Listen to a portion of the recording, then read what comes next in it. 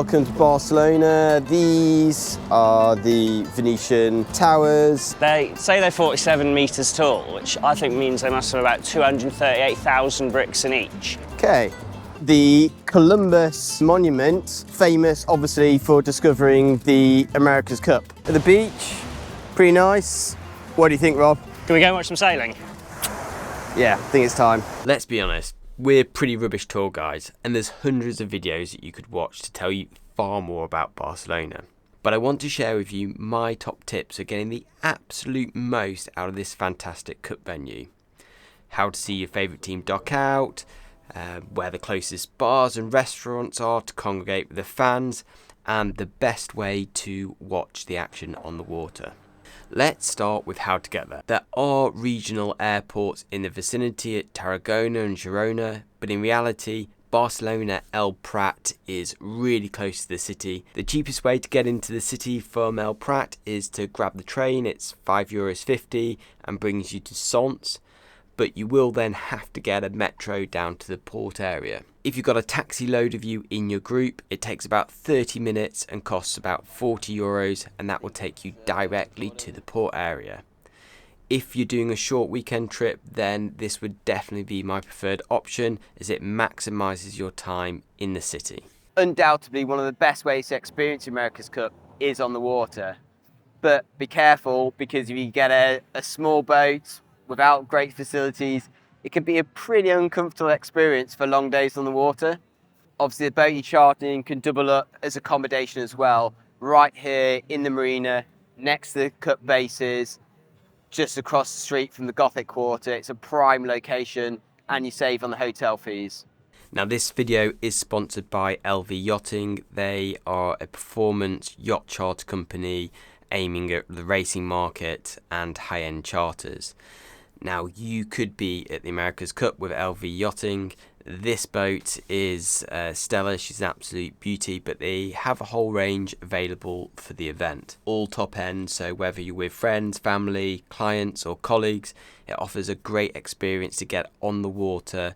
Contact details and link is in the description below. If you do make an inquiry with LV Yachting, then do mention your good friend Mozzy Sales, because this is sure to be one of the best ways to experience the Cup. Where is best to soak up the atmosphere of the 37th America's Cup? The teams are all based in the northeastern basin for Port Vell, as it's known. This is right on the edge of the famous Gothic Quarter, with thousands of bars and eateries.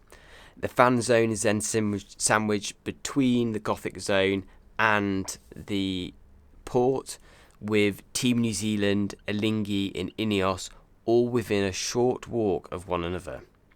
The area is separated from the beach by Barceloneta, with the racing taking place between the W Hotel in the south and the Parc del Forum in the north. Now, I think any day in America's Cup should start with watching the dockouts. Watching the boats craned in and the sailors take to the water is a key part of the atmosphere. So let's go team by team to give you the best place to view and maybe congregate in a bar with your community fans. Starting with the defenders, Emirates Team New Zealand. Emirates base is on the cruise terminal, but unless you're right up against the fence, it's really hard to get a view of what's going on in the base. There are bars at the end of the terminal around the World Trade Center building, but nowhere with a really good view over the base. So if you want to get a good view of Team New Zealand docking out, your best option is to head over the bridge which links the fan zone to the land in the centre of the marina. Now, there's some good bars on the edge of the shopping centre which have a great view directly over to the Team New Zealand base. Another advantage to being based here is you're literally a stone's throw from Alinghi and INEOS bases if you want to see more than one team. Now, Alinghi really have the base right in the heart of this promontory in the middle of the harbour. You have a great view from the Placa del Odisea, which is a square right outside the Alinghi base. Moving further around, you have INEOS. They're all good views across the water to the compound from the Museum of Catalonia, with plenty of bars on this little stretch.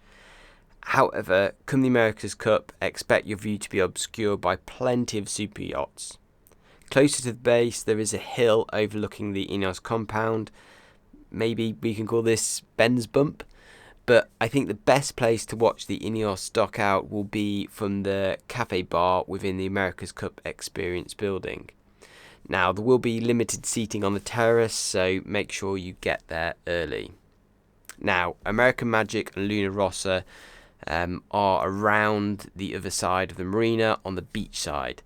This can be quite a walk around, but my top tip, at least one day, would be to get the gondola across. You can get a magnificent view down into the team bases, especially of Team New Zealand, American Magic, and to a lesser degree, Luna Rossa. In terms of watching American Magic dock out, well, unless you'd happen to be on the cable car right at the correct time, the most convenient option is to be sat on the front at the World Trade Center, looking across the water. That, however, will leave you a bit of a rush to make it to the beach in time for racing.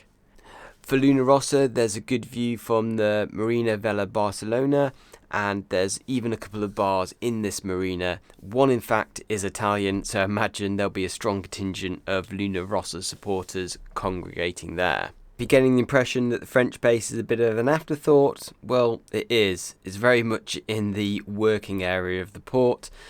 Now, clearly, French are on the economy ticket, and if I was a supporter of them, I'd go and support them where it matters, and that is on the water. So, what do you do when watching from shore? So, there's going to be several fan zones set up along the beach. My tip would be to bring water, bring a beach towel, bring a hat. Make sure you have binoculars as well, because they absolutely transform your experience on the day. In terms of specific viewing areas, there is one near the Luna Rossa base, a fan zone then just off the beach near American Magic, then a large hub with a hospitality village in the Spectator area in the Portal to Pic. This should be somewhere in the middle of the course before you move further down the coast to Bogota, with another fan zone that should be closer to the leeward marks. In terms of watching from the beach, I think it's a bit of a trade-off. I'd always prefer to watch the start area, so that's down at Bogota. However, that's a further walk from the team bases and the dock out, so it may be that you watch the dock out, be at the windward marks for the first race, and then head down towards the leeward marks further east or northeast for later in the day. Now, if you know of any bars where the team supporters should congregate, then please let us know in the comments below.